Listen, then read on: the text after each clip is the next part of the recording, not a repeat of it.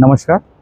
आज दिनांक 19 ऑगस्ट 2025 रोजी जळगाव जिल्ह्यातील हतनूर धरणातून सुमारे 24 गेट पूर्ण क्षमतेने उघडून तापी नदी पात्रामध्ये 1,57,000 क्युसेक इतकं पाणी सोडण्यात आलेलं आहे।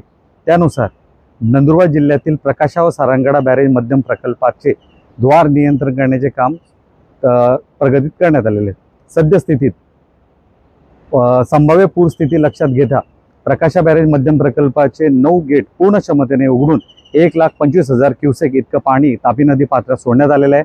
त्याचप्रमाणे सारंगगडा बॅरेज मध्यम प्रकल्पाचे एकूण 7 गेट पूर्ण क्षमतेने उघडून 1,14,000 क्युसेक इतकं पाणी नदी पात्रात सोडण्यात आलं आहे। त्यानुसार पुढील 24 ते 48 तासामध्ये सदर पाण्याचा विसर्ग वाढवण्याची शक्यता देण्यात येत आहे। तसेच कार्यकारी अभियंता धुळे पाटबंधारे विभाग धुळे तसेच उपविभागीय अधिकारी पाटबंधारे विभाग प्रकाशा व जिल्हा प्रशासनाकडून तापी नदी काठावरील सर्व गावांना सतर्कतेचा इशारा वर्तवण्यात आलेला आहे।